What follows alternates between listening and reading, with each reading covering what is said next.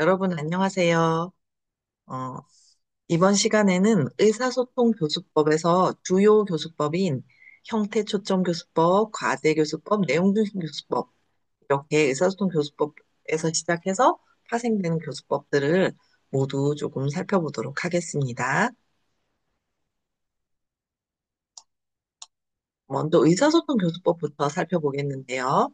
의사소통 교수법이라는 것은 의사소통식 교수법이라고 해서 언어의 형태와 의미로 언어를 형태와 의미로 나눠 살펴보던 기존의 언어학적 사고에서 좀 벗어나서 언어를 기능으로 바라보는 기능주의 문법에서 파생된 언어 교수 이론이다. 이렇게 생각하시면 돼요. 그러니까 전에는 어떤 언어는 형태, 기준 이렇게 됐다면 의사소통에서는 기능이 중심이 된다는 거죠. 그렇죠? 그래서 기존의 문법적 정확성을 강조하던 시각에서 벗어나서 실제 발화 상황에서 요구되는 의사소통 기능과 담화상의 적절성을 초점으로 삼는다. 이렇게 생각하면 되겠고, 1970년대의 여러 교수 이론들이 심리학적 성과에 기대어 있었다면, 예를 들면 청각구두식은 행동주의 심리학 같은 게 영향을 줬었고, 암시교수법 같은 경우는 내재적 잠재의식, 심리학 내 잠재의식 같은 그런 것에서 기반한 것이었죠. 근데 그, 이 이론은 이 의사소통은 언어학과 관련이 있다. 이렇게 보면 자, 의사소통 교수법의 기본 전제는 외국어 교육의 궁극적인 목표는 의사소통 능력을 기르는 것이다. 이렇게 보면 되겠어요. 그래서 어휘 실력, 문법 실력이 아니라 의사소통. 실제로 카페에 가서 커피를 샀느냐, 못 샀느냐. 이게 문제인 거죠. 커피를 주문할 때 문장이 문법에 맞게 똑바로 말했느냐가 아니라 그래서 카페 직원에게 성공적으로 커피를 샀냐. 이것이 포인트가 되죠. 그래서 교육의 출발점이 무엇을 어떻게 배우기 원하는가에 대한 학습자들의 요구를 분석하는 것이었어요. 그래서 철저한 학습자 중심의 교육을 지향하고 있습니다. 원활한 의사소통을 하게 하는 것이라면 어, 가능한 모든 기제를 다 활용해서 사용하게 되는 그런 것. 그래서 의사소통 교수법의 원리는 먼저 목표 언어를 통해서 유의미한 의사소통 활동을 함으로써 새로운 표현 학습, 그리고 표현 학습을 하는 것이다. 그리고 대화 사용의 목적은 그 대화를 암기해서 같은 상황에 처했을 때 교과서적인 대답을 이끌어내는 것이 아니라 이렇게 하는 건 뭐였어요? 청각구두식이었죠. 그게 아니라 의사소통의 방법을 알려주는 것이다. 됐고요. 문맥적으로 자연스러운 대화를 통해서 새로운 표현을 제시하고 그 문맥을 통해서 이해하고 실제 대화에도 자연스러운 의사소통 활동을 할 수 있도록 유도하는 그런 대전제의 원리가 있다. 그래서 의사소통 교수법의 특징도 간단히 살펴보면 주변의 실제적인 언어 모습을 보여줄 수 있는 것들을 적극적으로 활용해서 학습 자료로 사용했고 실생활에서 일어날 수 있는 다양한 상황을 주고 그 상황에 따른 문맥을 이해하고 그렇게 해서 궁극적으로는 학습자의 사고에 의해서 대답이 나오게끔 이루어지게끔 하는 것입니다. 그래서 이전에 청각구두식에서 주로 사용하던 그런 뭐 듣고 따라오고 이런 것들은 배제가 되었다. 그리고 수업 초기에는 학습 활동의 중간중간에 필요에 따라서는 청각구두식의 반복적 연습을 사용해서 유창성을 기르는 도구로 쓰기는 했지만 최종적으로는 배제되었다. 그리고 세 번째 특징은 학습자들이 목표를 배우는 과정을 중요시하기 때문에 학습자들이 목표를 습득하고 활용할 수 있게끔 사용 가능한 모든 것을 동원했고 상황에 따라서 간헐적으로는 모국어 사용도 허용했다. 그리고 학습자들이 보이는 성취 전략들을 모두 의사소통 행위로 보고 적정한 선에서 학습자들이 선택할 수 있는 모든 방법을 허용했다. 이렇게 보면 돼. 그래서 번역도 학습자들이 필요로 하거나 학습에 긍정적인 효과를 준다고 판단됐을 때는 사용할 수 있었고요.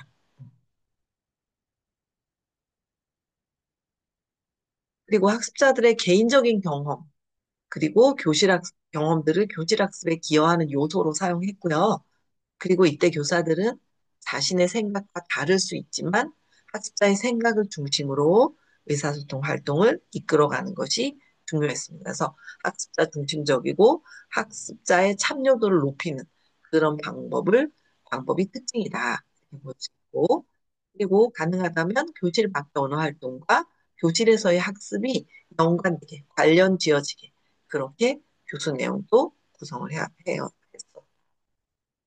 교수 요목은 내용의 기능이나 흥미 유지시키는 의미, 난이도 이런 순으로 등급화해서 제시했고요. 오류 인정과 오류 분석, 수정 그런 것들을 하나의 학습 단계로 인정했어요. 그리고 교실에서 의사소통 활동은 교사 학생 간 그리고 학습자와 학습자 간 이렇게 교사와 학습자도 이루어지고 학습자끼리도 이루어지고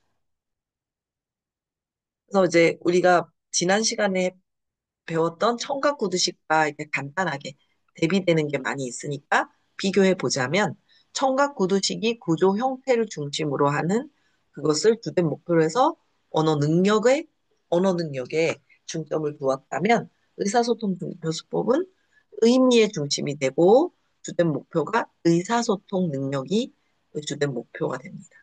그리고 청각구두식은 문법에 근거한 대화암기.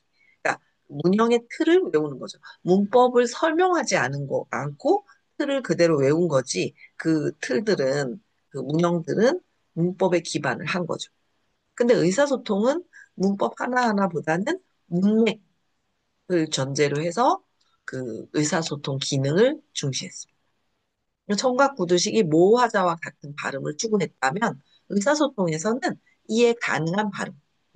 조금 틀려도 듣고 이해하는데 문제가 없으면 오케이 한 거예요. 그러니까 청각구두식은 똑같이 발음하는 거라면 의사소통은 그냥 이해 가능한 범위까지 이렇게 생각합니다. 그리고 청각구두식은 길고 단조로운 연습 과정 후에 의사소통 활동이 이루어졌다면 의사소통 교수법에서는 그 수업의 시작부터 의사소통을 시도하기를 장려합니다. 청각구두식은 학습자 모국어 사용이 금지되고 번역도 금지됐어요. 그런데 의사소통은 뭐 100%는 아니지만 간헐적으로 사용이 허용되었다. 번역도 허용되었다. 이렇게 보면 되겠고 청각구두식은 말하기 완성 후에 읽기랑 쓰기를 했는데 의사소통은 필요하다면 학습의 초기부터 읽기 쓰기도 같이 말하고 듣고 읽기 쓰기를 다 그냥 같이 하는 그런 시스템이었다. 이렇게 보면 되겠고 청각구두식에는 단원 순서가 언어의 복잡성 원칙 간단한 거 외우고 그다음 좀 복잡한 거 외우고 이런 식이었다면 의사소통에서는 학습의 순서가 내용의 기능과 학습자의 흥미를 고려해서 필요했어요. 뭐가 제일 먼저 배우고 싶을까? 애들 한국에 오면 어, 쇼핑 먼저 하고 싶지 않을까? 뭐 이런 식으로 하면 쇼핑이 앞쪽에 배우고 이렇게 되는 거예요.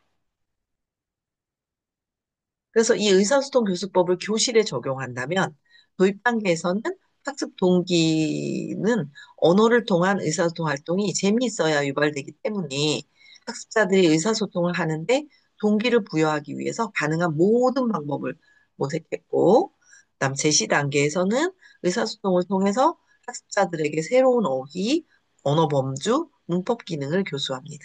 그래서 새로운 표현이 제시될 때 판서의 양이 많아지면 자연적으로 교사가 의사소통을 하기 위해서 건네는 대화에는 신경을 많이 쓸 수 없게 되기 때문에 의사소통 활동을 충분히 한 후에 판서하거나 판서의 양도 최소한 그랬고 연습은 그 수업에서 다룬 교수한 표현에 대해서 기계적인 연습을 먼저 하고 기계적인 건 뭐예요? 교사가 제시한 걸 가지고 그대로 바꾸어서 말해보는 그런 기계적인 연습을 먼저 하고, 그 다음에 충분히 연습한 후에 짝 활동이라든지 그룹 활동을 통해서 유의적인 연습과 의사소통 연습을 하는 거예요.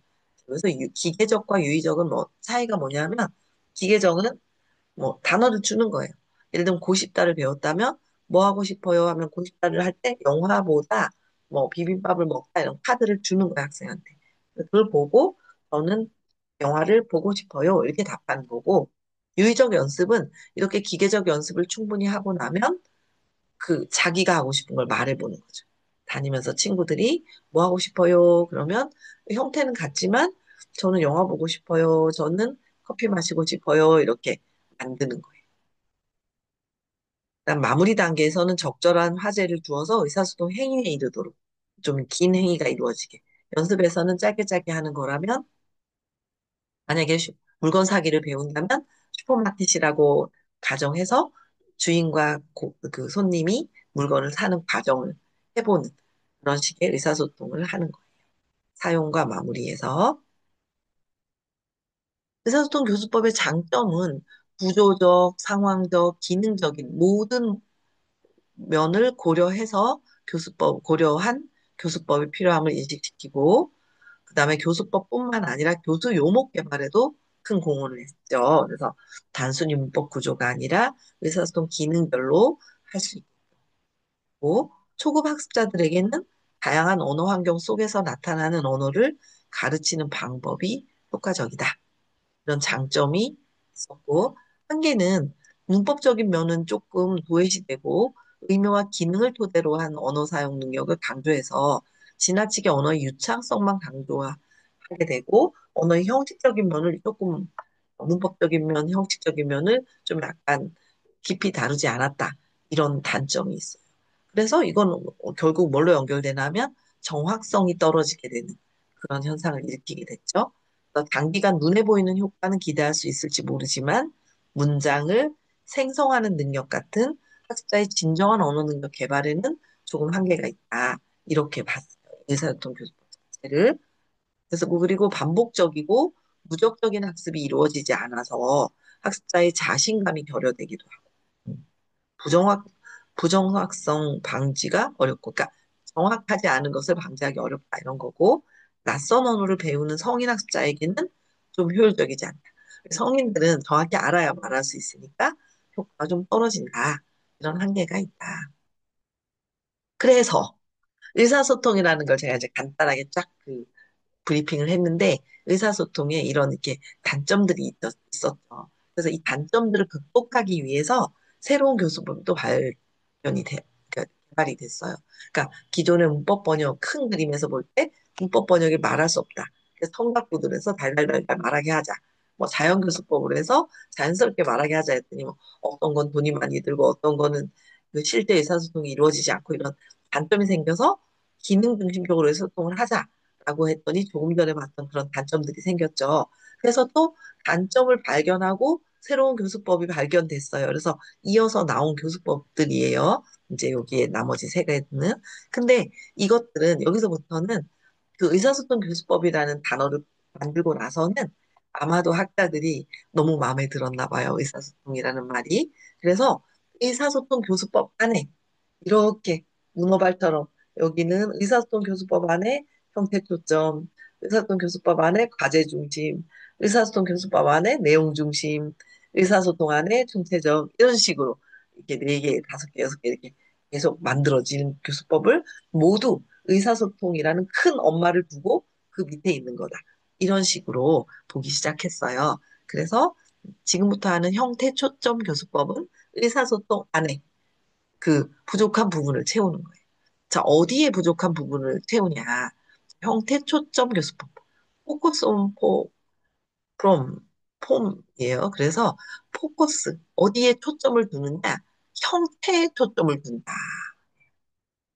형태에 초점을 둔다.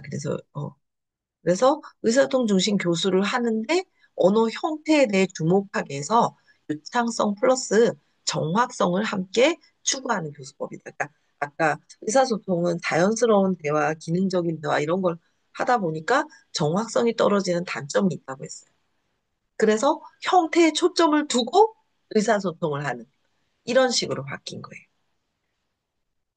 형태 초점 교수법은 문법적 설명이나 기계적인 연습을 사용해서 학습자의 주의를 언어 형식에서 출발해서 언어 사용으로 이끄는 거죠. 예를 들면 뭐 을 거예요라는 걸 배운다. 그럼 을 거예요라는 것이 형태는 뭐가 붙고 의미는 뭐고 한 다음에 그게 뭐 실제로 의사소통 기능에서는 계획 말하기 이런 걸 해서 주말에 뭐 할 거예요? 뭐 영화를 볼 거예요. 이렇게 의사소통으로 가게 하는. 그러면 그 의사소통을 가기 전에 만약에 의사소통을 왔을 때는 계획 말하기 위해서 그냥 막 했다면 그거 형태가 정확하지 않으니까 정확히 하자 해서 수업의 앞부분에 그 일거예요라는 형태를 배우는 시간, 보고 싶어요라는 형태를 배우는 시간을 가지게 한 거예요. 그래서 형태초점 교수법에는 과제 중심 교수법이 다시 또 요 뒤에 나올 텐데 다시 또 나왔어요. 그래서 형태초점 교수법을 어, 의도는 좋은데 하다 보니까 수업 구성이 좀 애매하네. 그래서 다시 또 나온 건 과제 중심 교수법이 되는 거예요. 그래서 그런 것들을 쭉 오늘 훑어볼 거예요.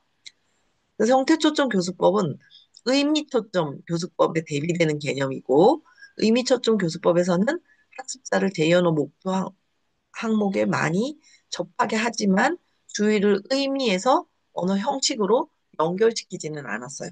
의미에 초점을 둔 거죠. 그런데 아니다. 성인학습자의 경우는 특히 형태를 정확히 알아야 정확하게 말할 수 있다. 그래서 형태에 초점을 조금 옮긴 거죠.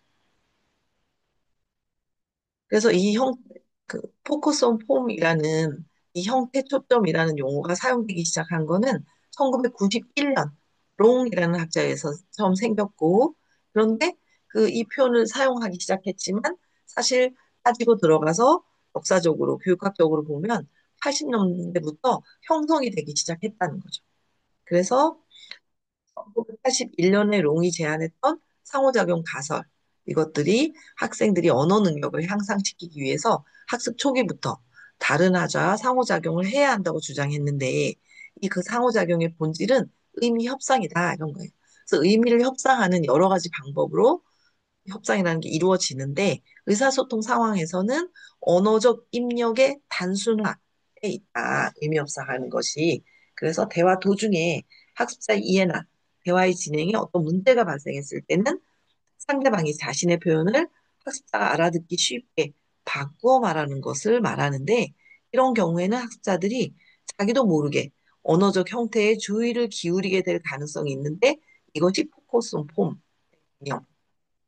상통해서 이 사람이 81년에 이런 이야기를 했다가 의미협상 이런 걸 이야기하다가 그 다음에 91년에는 포커스 온 폼, 형태 초점이란 단어를 딱 못 박아서 만든 거죠.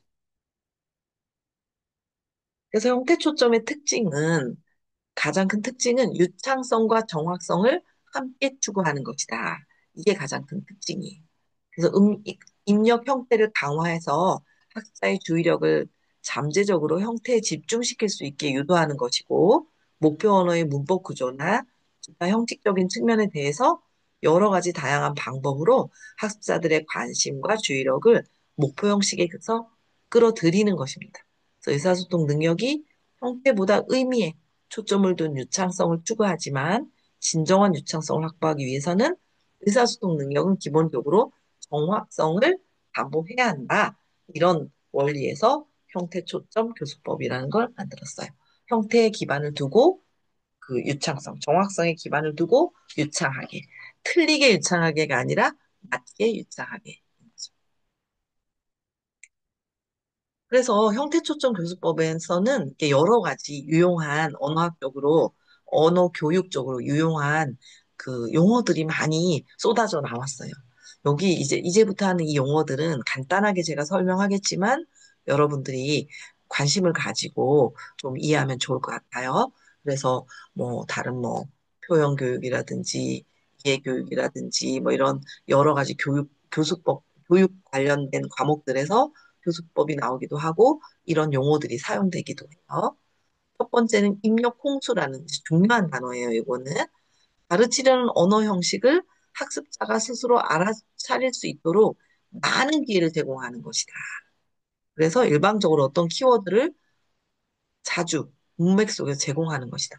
그래서 뭐 예를 들면 뭐 공식자를 배운다면 공식자가 들어간 말을 20개, 30개 많이 준다 이런 거예요. 아주 많이. 입력, 홍수.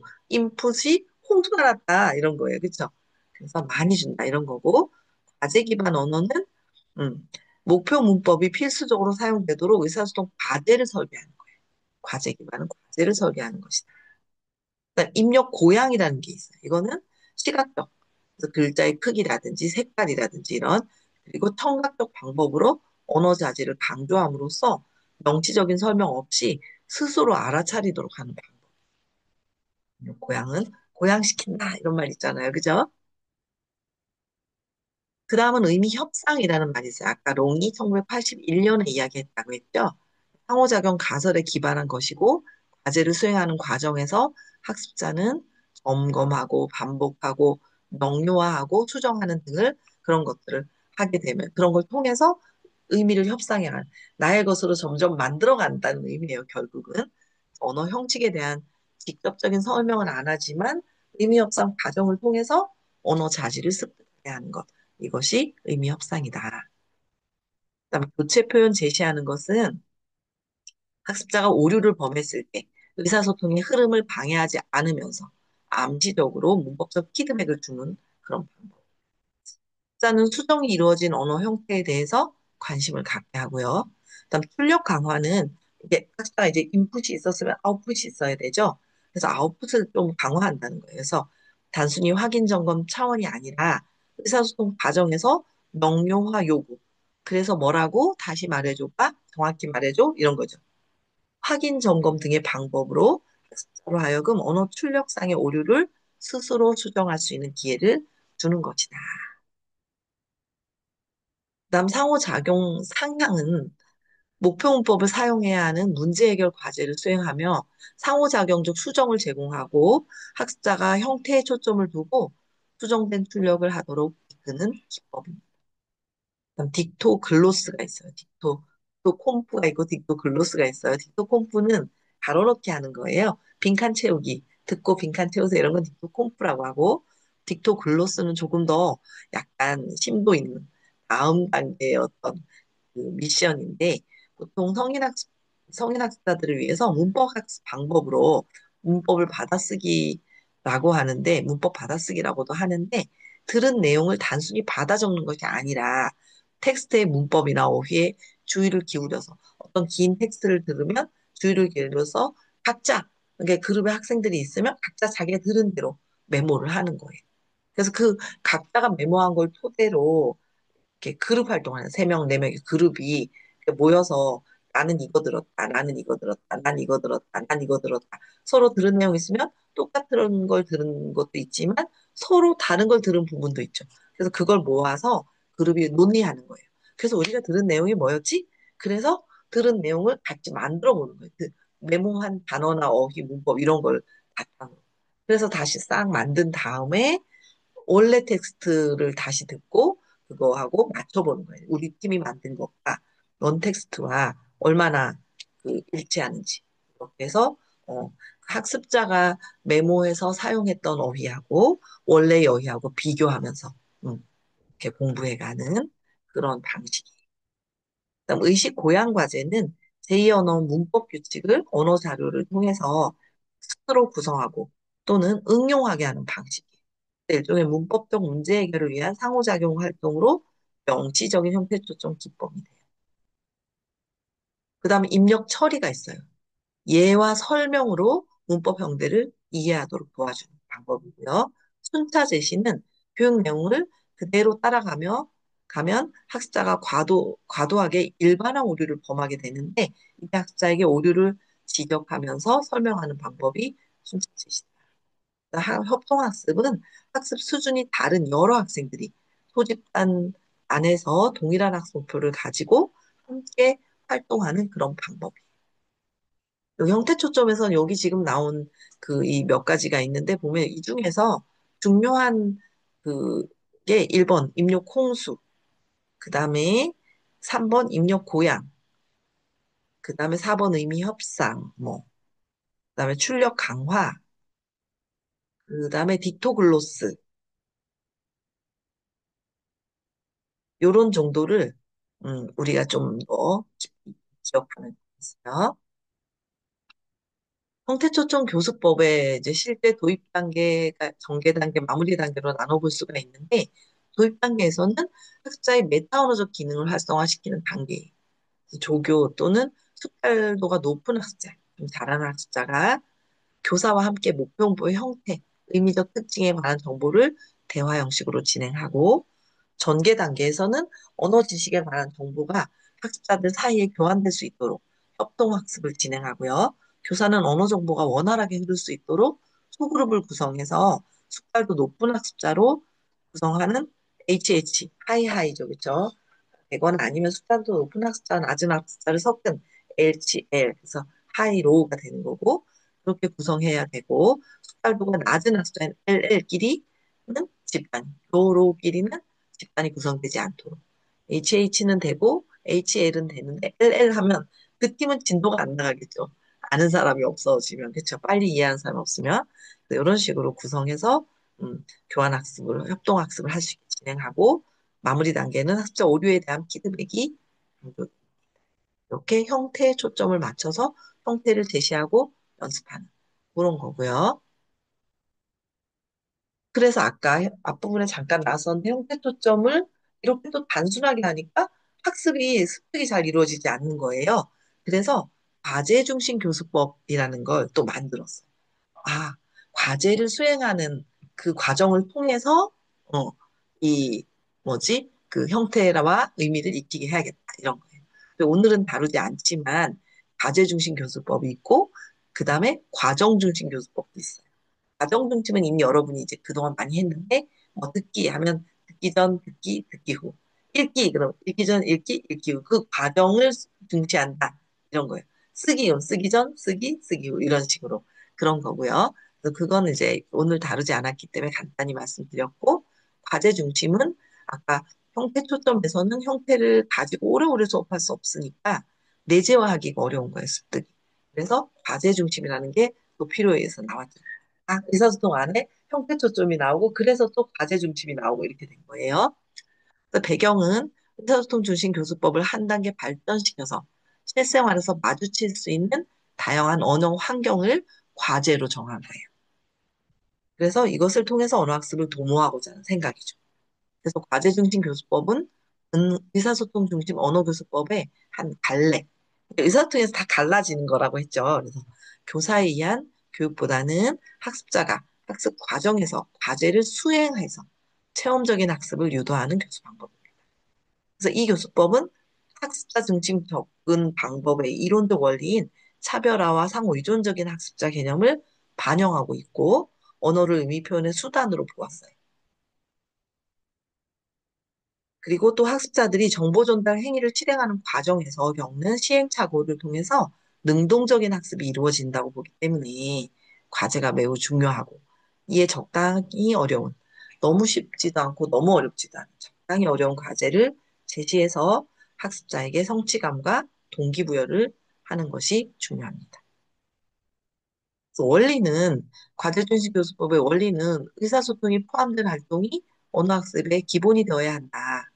유의미한 과제를 수행하기 위해서 언어를 사용하는 활동을 하게 되면 학습이 증진된다. 예를 들면 쇼핑하기, 뭐 예약하기, 이런 식의 음식 주문하기, 이런 식의 과제들을 수행하면 실생활로 바로 연결되잖아요. 그래서 좀 더 학습이 증진된다. 이렇게 본 거고. 그래서 이 교수법에서는 학습자가 약간 어렵다고 느끼는 정도의 과제를 제시하고, 그게 중요하고, 그래서 과제의 난이도를 결정하는 일이 조금 준비 단계에서 어려운 일 중에 하나예요. 그리고 이제 다음은 난이도 판단, 이 과제 중심 교육법의 난이도 판단 기준인데, 첫 번째는 과제 진행 절차의 복잡성 정도, 두 번째는 입력 자료의 수준, 뭐 초급이냐 중급이냐 이런 거죠.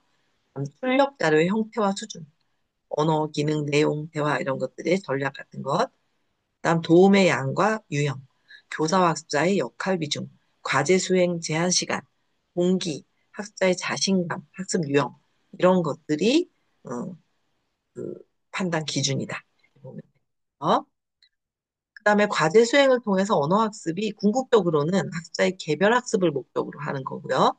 그런데 실제 과제 수행은 짝 활동이나 그룹 활동으로 진행되는 경우가 많기 때문에 학습자 상호 간의 의견 조정이 중요합니다.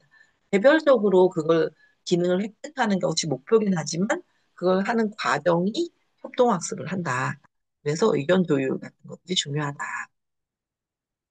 그래서 학습자가 과제를 완수하는 것보다는 과제 수행 과정 자체가 학습의 목표라는 것을 이해합니다. 그래서 과제를 떻게 뭐 그 왜 우리도 쓰기 전 단계 하면 뭐 메모하는 거 이런 게 있잖아요. 그래서 메모하고 친구와 이야기하고 그러는 과정이 중요하고 최종 완성본보다는 그 과정들이 중요하다 이렇게 보는 거. 그래서 학습자가 과제 수행에서 언어가 어떻게 사용되는가를 관찰하고 스스로 감시할 수 있어야 하고 과제 수행을 위해서 자신의 언어 능력을 최대한 발휘해서 새로운 표현을 통해서 의미 전달을 하도록 노력을 해야 합니다. 그래서 과제 중심 교수법의 특징은 음, 가장 중요한 것은 목표 언어의 개별 구조를 어느 정도까지 교육할 것인가, 어떻게 가르쳐야 학습자 개개인에게 고루 적용이 될 것인가 이런 거예요. 그래서 음, 교사가 이런 점에서 고민하고 과제 구성하고 학습자들에 의해서 그 과제가 수행된다 이렇게 본 거예요. 그래서 언어학습 과제가 얼마나 의미 있게 해석되느냐 그거에 따라서 과제 수행의 결과도 달라질 수가 있다. 그래서 과제를 수행하는 각각의 단계에서는 교사 역할이 중요하다. 교사가 주도적으로 이끈다기보다는 조율해가는 과정을 할 때 중요하다. 그래서 즉 안내자 역할을 잘 수행해야 한다. 그래서 끌고 막 가는 그런 사람이 아니라 여긴 이렇게 하는 거다, 여긴 이렇게 하는 거다 이렇게 안내하는 안내자의 역할이 중요하다. 이 교수법의 특징은 첫 번째는 수업의 초점을 학습의 과정에 두는 것이고, 두 번째는 수업의 기본 요소는 다양한 활동, 과제로서 학습자는 유의미한 상호작용과 의사소통을 통해서 결과를 산출하는 것. 그리고 과제는 실제 생활에서 성취할 수 있는 것이어야 되고, 교육적인 목적을 가지고 있어야 한다. 실생활에 연결돼야 되면서 교육적인 목적도 포함되어야 한다. 과제 중심 교수법에 근거한 교육과정 혹은 교수 요목은 난이도에 따라 조절이 된다. 뭐 과제의 복잡성이라든지 과제 수행에 필요한 언어의 수준. 초급 학생한테 뭐 사용 제도에 대해서 한다. 이런 건 단어를 아예 모르니까 어렵잖아요. 그죠? 도움받을 수 있는 정도 이런 것들을 배경에 가지고 교육과정을 짜야 한다. 짜야 한다. 이런 거고 학습의 대부분이 짝활동, 그룹 활동으로 이루어지고요. 학습자들이 그룹별로 질문하고 대답하게 하면 학습자들 개개인의 언어 연습 기회가 훨씬 많아지게 되겠습니다. 근데 교사는 충고자, 촉진자, 뭐 아까 말했던 안내자 그런 역할을 하게 되고 학습을 위해 필요한 조건을 유지시키는 그런 관리자 같은 그런 역할을 하게 됩니다. 그리고 학습자는 학습 과정에서 능동적으로 참여하고 교사와 협의해서 교수 요목을 결정하기도 하고 자신의 진도에 따라서 공부할 수도 있고 학습 전략을 선정하기도 합니다. 이제 8번에 있는 내용은 이제 교실 그 조건에 따라 조금 달라요. 이렇게 조금 자유롭게 될 수도 있지만 학교 교육 과정에서는 조금 좀 정해진 그 룰을 좀 따라야 하는 게 있죠. 그 다음은 언어학습은 종합적인 방법으로 습득되는 것이다. 그래서 이러한 특징을 가지고 있는 과제 중심 교수법은 무엇보다도 과제 수행에서 학습자가 능동적 참여를 하는 것이 중요하고요. 그것을 통해서 학습에 대한 동기 유발하고 그리고 실제 과제를 수행하면서 언어와 문화, 인지적인 삶의 기술들을 배울 수 있다는 장점이 있죠. 그런데 전통적인 언어학습 형태에 익숙한 학습자들에게 적용하는 것은 좀 어려워. 너희들이 갑자기 선생님이 다 가르쳐 주는 거 듣다가 너희들이 해라 그러면은 아, 나 하기 싫은데 이럴 수도 있는 거죠. 그렇죠? 그래서 지나치게 다른 배경을 가진 학습자들이 함께 과제 수행하는 것도 좀 어려워요. 뭐 어떤 사람은 어떤 반은 만약에 20살 5명이 있는데 뭐 40살에 박사학위가 있고 뭐 의사인 사람, 뭐 법조인 사람 이런 이 같이 배우면 뭐 잘 돌봐주기도 하지만 또 반대로 그래서 서로 이해할 수 없는 순간도 있죠. 그래서 자기 클래스에 그렇게 나이 차이가 많이 나는 사람이 있으면 잘 조율해야 돼요, 이것도 교수. 선생님이 조율을 잘해서 왠지 이 형들과 누나들에게 의지할 수 있게 해주고, 형들, 누나들을 라떼라고, 꼰대라고 싫어하지 말고 의지할 수 있게 해주고, 또 이제 어른들한테는 라떼 하면서 막 이렇게 잘난 척 하지 말고 이 어린 학습자들을 포용해주는 그런 관계를 그 교실 분위기에서 형성해야 돼요. 이루어질 수 있도록 하면. 있습니다. 수업 절차는 과제 전 단계, 과제 수행 단계, 과제 후 단계로 나눠줄 수가 있는데요. 과제 전 단계는 교사가 과제의 목표, 주제를 제시하고 유용한 단어와 구를 설명하고 학습자들은 과제 수행 방법을 모색하는 단계다. 실제 과제 수행 단계는 학습자들은 그룹으로 나눠서 활동하고 이 단계에서는 과제를 수행하기 위한 계획 세우기, 수행하기, 결과 기록하기, 발표하기 같은 활동이 이루어져요. 그래서 이 과제 수행 단계는 거의 90% 이상이 학습자 중심으로 이루어지게 돼요. 과제 후 단계는 학습자들은 다른 학습자들의 과제 수행 발표를 들으면서 다른 팀, 조별 활동을 하면 다른 조의 발표를 들으면서 자기 평가하기도 하고 조별 평가를 실시하기도 해요. 교사는 그 이후에 과제 활동을 위해 표현 정리하고 결과 확인하고 이런 식으로 끝나는 거예요.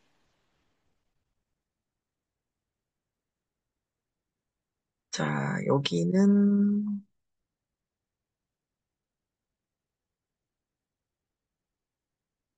조금만 볼까? 피슨이라는 학자가 제시한 과제 유형인데 질의응답 과제예요. 그래서 그 뭐지? 정보 수집이나 정보차를 이용하는 활동으로 단순한 질문과 대답, 이런 그러니까 그 과제 교수법 전체가 질의응답으로만 이루어지는 게 아니라 전체 안에서 질의응답이라는 유형도 사용하고 역할극, 대화 역할극도 하고, 이건 뭔지 아시겠죠? 우리 연결, 좀 덜, 그림 이야기, 뭐 그림 보고 혹은 자료 보고 이야기하기라든지 수수께끼 같은 문제 해결하기라든지 토론과 결정 뭐 이런 것도 하고 뭐, 예를 들면 여기 예시에 보면 신도시 건설 계획 세우기 그러면은 여기에서 뭐가 이런 거 하는 거고 정보전달 활동 이런 유형들을 통해서 그 하루의 과제 과제 전, 과제 수행, 과제 후라는 그 활동 전체 사이에 이 중에 몇 가지 필요한 것들을 사용하라 이런 거예요. 현장 적용 시의 유의점은 과제 중심 교수법은 학습자의 능동적 참여가 필수적이에요. 왜냐하면 과제 수행 단계가 거의 학습자 그룹 활동이니까 학습자가 활동을 안 하면 그 팀이 과제가 수행이 안 되잖아요. 그죠? 그다음 교사는 이를 유도해. 교사가 쟤는 왜 안 하지? 이러고 있는 게 아니라 학생들이 잘 따라할 수 있도록 계속 이렇게 많이 나서지 않는 척 하면서 잘 통제를 해야 되는 거죠. 그렇죠? 유도를 해서 해야 되고 학습자의 관심과 필요에 맞으면서도 실제적인 교육적인 목적을 반영하는 과제를 구성해야 돼요. 과제의 주제가 뭐 예를 들면 대학기관에서 근무하게 되면 정해져 있기도 하죠. 똑같이 정해져 있어도 조금 재미있게 내용을 구성할 수가 있겠죠. 보면 되겠고요. 이런 과제를 구성하기 위해서는 학습자의 요구 분석, 개인차 파악, 그런 작업도 필요하고요. 학습자들이 의사소통 과정에서 많은 양의 언어 연습이 이루어질 수 있도록 이끌어주는 것이 아주 이 교수법의 효용과 한계는 모든 언어 교육을 적정한 과제로 만들고 평가하기가 어렵다. 극단적으로는 언어 사용을 하지 않았음에도 잘 수행된 과제에 대한 평가에 모호하기도 하다. 교실 내에서 모든 외부의 언어 환경을 재현하는 것이 어렵다. 과제의 분량을 일정 시간에 맞추기 어렵기 때문에 정해진 커리큘럼 안에 진행하는 것이 어렵다. 예를 들면 뭐 프로젝트 뭐 발표 이런 걸 시키면 하루에 못 하거든요. 자기가 맡은 하루 시간에서 뭐 2주, 3주 이렇게 잡아서 해야 되니까 이런 것도 조절이 필요하다. 교사의 역할은 단계별 교사의 개입 정도에 대한 명확한 인식이 필요하다. 어느 단계에서 내가 어디까지 개입할 것인가. 가르칠 언어 내용을 잘 포장할 수 있는 적절한 과제를 선정할 줄 알아야 한다. 그리고 과제 수행과 수행 결과 보고에 이르기까지 모든 언어 내용에 대해서 예측을 실시해야 되고 과제, 과제 순환, 언어 토종 과제 이렇게 어느 과정의 학자들이 교사에게 의존할 때 필요한 도움의 그 수준과 양에 대한 사전 준비도 하고 있어야 된다. 그래서 형태 초점 방식에 의거하고 예상될 수 있는 모든 교육 사항에 대해서 고려도 필요하다. 포커스 온 폼이니까 형태 초점은 의사소통적으로 유의미한 언어 형태를 가르치는 관점이에요. 그래서 여기에서는 문법원의 교수법처럼 형태소 낱낱이 어휘에 집중하고 관심을 가진 보면 되고 아주 전문적인 사전 교육도 훈련도 필요하고 오류 교정도 신중하게 한다. 자, 그리고 또 마지막으로는 이 내용 중심 교수법이라는 게 있어요. 요거는 조금, 예를 들면 대학 기준으로 보면 학문 목적 한국어. 이런 것들이 내용 중심이에요.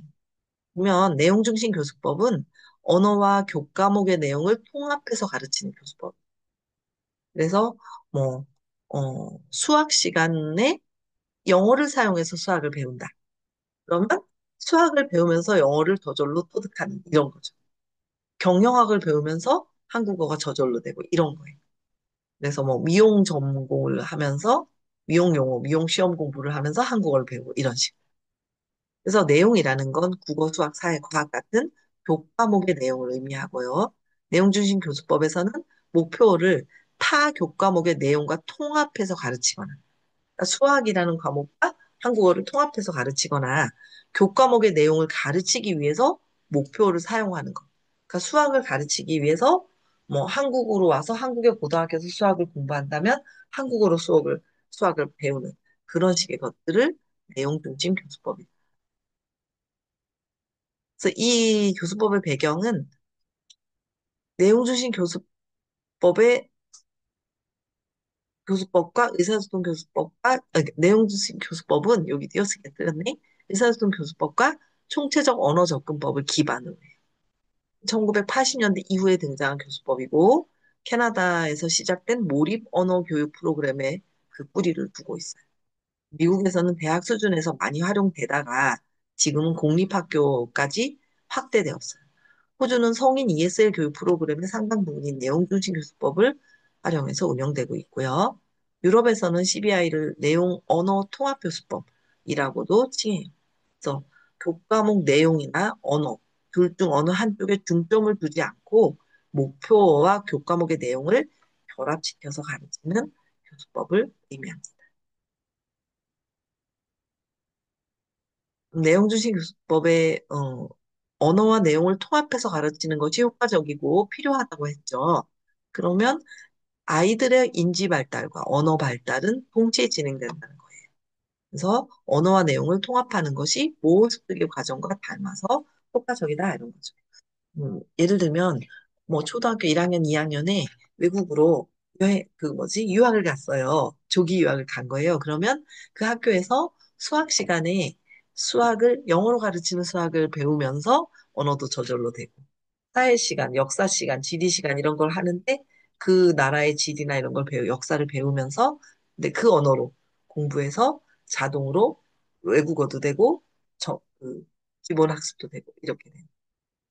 그래서 언어라는 것이 유의미하고 유목적적인 의사소통 상황에서 더 효과적으로 학습된다. 이렇게 보았고, 사람들은 자신이 알고 있고 원하는 것에 대해서 표현하기 위해 언어를 사용하게 된다. 내용과 언어를 통합하면 언어학습의 동기 유발과 인지 발달에도 도움이 된다. 그래서 아이들은 새로운 것을 배울 때 더 흥미를 느껴서 지속적으로 학습으로 이어진다. 학문적 맥락에서의 언어와 일상적 상황에서의 언어는 다르다. 그래서 학교 생활과 학업에 필요한 방대한 양의 내용 지식과 학문적 언어를 미리 의식적으로 배울 필요가 있다. 제 조카가 초등학교 때, 지금 중학생인데, 초등학교 때, 영어를 과외 선생님으로 썼는데, 이제 어느 정도 지나니까 영어를 몇 년 하니까 의사소통은 되잖아요. 그러니까 선생님이 어린 꼬마를 데리고 또 뭐 영어를 뭐 더 다양하게 할 게 없는 거예요. 그러니까 그 선생님이 영어로 과학 전공자라서 과학을 가르쳤어요. 그런데 그래서 우리 조카는 과학적인 지식도 막 늘어나고 그리고 영어도 되게 어려운 단어도 막 하게 되더라고요. 그래서 그 마지막 영어 선생님은 내용 중심 과학 과목이라는 과학 내용을 중심으로 해서 영어를 우리 조카에 가르치고 그래서 효과 있게 되더라고요. 어느 정도 선에서는. 그다음에 내용 중심 교수법의 유형을 보면 언어와 내용이 통합되는 정도와 방식에 따라 나뉘게 되는데요. 그 매트가 내용 중심 교수법의 모형을 제시했어요. 1999년에 연속선상의 좌측으로 갈수록 내용이 치중한 모형이고 우측으로 갈수록 기존의 언어 수업에 가까운 모형이다. 이게 뭐냐면 이쪽으로 가면 내용 중심이라는 거예요. 앞에 전면적, 부분적 몰입 의미, 내용 중심에서 전면적, 부분적 몰입, 그다음 내용 보호 모형, 그다음에 병존 언어 모형, 주제 중심 모형, 언어 형식 연습의 교과 내용 일부 도입. 그래서 어떻게 보면 이쪽 언어 형식 중심 맨 끝에서부터 표급이라고 생각해서 시작해서 이렇게 이쪽으로 전면적 몰입 쪽으로 가면 된다는 거죠. 내용하고 언어의 통합된 교수법 유형이었고요. 그래서 여기에서는 내용 보호 모형, 병전 언어 모형, 주제 중심 모형 이런 것들은 다 또 내용 중심이에요. 그럼 의사소통에서 형태 초점 나오고 또 그것 때문에 다시 과제 중심도 나오고 또 그다음에 내용 중심이 나오니까 그 밑에 다시 내용 보호, 병전 언어, 주제 중심 이런 식의 교수 방법이 쭉 생겼다 이렇게 생각하면 돼요.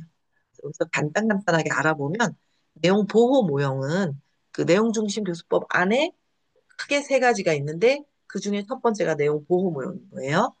언어 자체보다 교과 내용을 중심으로 교육과정 구성하는 것이다. 교수의 주체도 내용 교과의 전문가이다. 내용 교과의 담당 교사가 학생의 언어 수준에 적절하게 수업 자료를 변형해서 재구성해서 가르친다.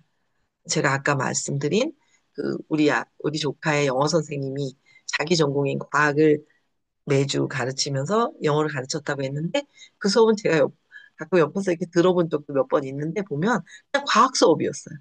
그러면 과학의 그 원리나 원자 기호 뭐 이런 것들을 깨트리지 않고 그대로 가르치는 거죠. 영어를 설명하니까 아이가 알아들을 수 있게 조금 문장 설명만 조금씩 변형해서 그대로 내용 보호 교수법이 되는 거예요. 그다음에 병존 언어 모형은 뭐냐면 학습자가 언어 과정과 내용 과정 두 개의 수업에 동시에 등록해서 언어와 교과 내용을 동시에 학습하는 병존 두 개가 같이 존재한다 이거죠, 그렇죠? 그래서 아까 그 앞에 있던 내용 보호는 내용이 중심이 됐던 거고 여기서는 내용과 언어가 같이 간다 이렇게 보면 돼. 그다음 세 번째는 주제 중심인데 내용 중심 교수법 중에서 가장 선호되는 유형이에요. 그래서 주로 대학 수준의 한국 교육에서 자주 활용되고 연구되고 있는 거예요. 그래서 주제 중심 모형은 내용 교과에서 다루는 핵심 주제를 중심으로 언어 수업의 내용과 교수 요목을 설계해서 가르치는 거예요. 이렇게 가볍게 보면 될 것 같고요. 그래서 내용 중심 교수법의 특징은 학습자가 학습하게 될 언어와 내용을 통합해서 교수하는 방법이에요. 그래서 내용을 중심으로 교수 요목을 조직하고 가르치는 것이 언어 습득에 효과적이다. 이렇게 본 거고요. 내용을 통해서 언어가 맥락화된다고 보았고, 학문상, 직업상으로 필요한 언어 능력을 개발할 수도 있다고 봤어요. 실제적 자료를 사용하고요. 예를 들면 미용이다. 그럼 미용 자료를 그대로 사용하는 거예요. 언어 기능을 통합하고 인지적 복잡성과 언어적 복잡성을 향상시켜 가는 겁니다. 그래서 이 교수법의 그런데 한계점은 교사 입장에서 본 문제점은 내용과 언어가 동시 학습되기 때문에 교사는 언어뿐만 아니라 교과 내용에 대한 충분한 지식을 보유하고 있어야 하는 이중 부담이 있죠. 언어에 대한 부담도 있고 교과 내용도 있고 그렇죠? 이 이중적인 부담은 학습자에게도 부담이 될 수가 있어요. 때로는. 그래서 내용 중심 교수가 지향하는 목표 달성을 위해서는 교육 자료 개발이 쉽지가 않아요. 그래서 뭐 정형학습과 전공을 위한 한국어, 뭐 인문학 한국어, 뭐 경영 한국어 이런 것들이 일종의 내용 중심 교수법을 위해 개발된 교재라고 볼 수 있어요. 나 학습자 입장에서 본 문제점은 내용에 중점을 두어 교수 요목이 선정되기 때문에 그에 따라 언어가 선택되고 제시 순서가 정해지기 때문에 언어 요소가 학습자의 언어 능력과 맞지 않을 수도 있어요. 이 교수법이 그렇죠? 그 학습자가 이제 중급 이상이 되면 뭐 안 맞을 게 없지만 초급에서 중급으로 가는 과정 뭐 이런 정도라면 가끔은 안 맞을 수도 있는 거죠. 그다음 내용 학습과 언어 학습을 병행하는 것이 학습자에게 부담이 될 수도 있어요. 이 안 맞는다는 게 사실 내용 중심이면 그 해당 교과목의 사고도구, 그 전문 어휘를 배워야 되잖아요. 근데 그런 단어들은 대부분 초급, 중급이 아니고 뭐 고급 단어들이 많아요. 그래서 더 어렵게 느껴지죠. 음. 언어 교사와 내용 교사의 협조가 긴밀하지 않을 경우는 학습이 제대로 이루어지지 않을 수 있다. 말한 영어로 영어로 과학을 가르쳤던 선생님은 자기 전공이 과학이고 본인이 미국 사람이고 ESL을 공부해서 한국에 와서 영어 선생님을 했으니까 두 가지가 좀 스스로 가능했지만 보통은 각각 다른 사람이 하게 될 수도 있고 한 사람이 반대쪽을 모를 수도 있고 이런 문제가 여기에서 교사의 역할을 보면 교사가 고려해야 될 다섯 가지를 제시했는데 교사는 어떻게 필수적인 두 개 이상의 전공과 언어라는 기초를 세울 수 있습니다. 이런 걸 고려해 봐야 되겠고 교사는 어떻게 언어와 내용 사이에 원하는 균형을 이룰 수 있을까? 교사는 어떤 주제들을 선택해서 어떻게 그것들을 나열할까? 그다음 전공 및 언어별로 따로 가르칠 것인가? 아니면 둘 다 가르칠 것인가? 교사는 어떻게 학생들의 학습 결과를 평가하고 정의를 내릴 것인가. 이런 것들이 좀 고민해 봐야 될 문제, 항목들이고요. 그래서, 어, 성공적인 교수를 위해서 수업의 내용과 함께 수업 자료에 대한 선별이 중요해요. 그래야 교사가 두 개 이상의 학제적 기초, 이에 대한 균형, 주제 선택, 적절한 주제 절차, 효율적인 교사 배치, 수업 이후 학습 결과를 모두 관리하기가 현실상 쉽지 않기 때문이죠. 그리고 언어 학습이 수업 자료에 함께 진행되기 때문에 언어의 기능과 목적 측면도 수업 자료에서 고려되어야 하고 어휘적으로도 너무 어려운 거를 어떻게 처리할까 이런 것들이 교사가 고민할 문제점, 봐야 할 점이라고 보면 좋겠습니다.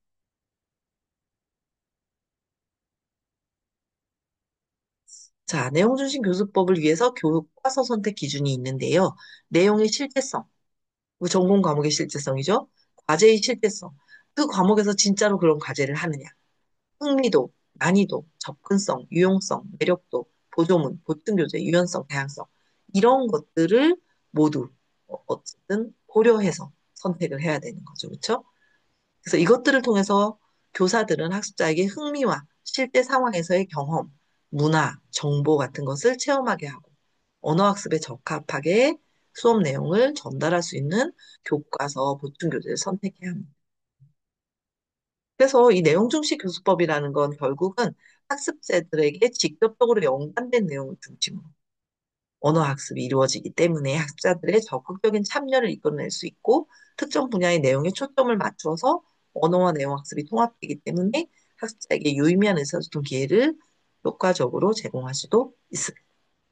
그래서 대학에서 뭐 공대 전공생을 위해서 뭐 화학과 학생을 위한 뭐 한국교육 그러면 화학과에서 필요한 언어나 용어들을 뽑아서 그 교재를 구성해서 사용하기도 해요. 발간되기까지는 어렵지만 그 수요자가 많지 않기 때문에 그렇게 만들었어요. 자, 이렇게 오늘 빠른 속도로 그 의사소통 교수법이라는 개념에서 밑으로 내려와서 의사소통이 원래는 문법 번역이나 청각구두식 이런 것들에서 비판의식에서 의사소통이 잘 돼야 된다. 언어 기능이 중요하다. 그래서 만들어졌는데 하다가 보니까 정확도가 좀 떨어지니까 형태초점 교수법이 생기고 형태 초점을 교육하기가 너무 딱 이게 습득시키기 어려우니까 과제 중심 교수법으로 해서 그 과정을 중시하는 과제 중심 교수법이 생기고. 그러니까 그것은 근데 언어 학습에서만 필요했는데, 그러다 보니까 또 이렇게 내용 중심 교수법이라는 것도 필요하네. 대학교 가는 학생, 그다음에 외국에 이민 간 사람 이런 걸 위해서 내용 중심 교수법도 생기고.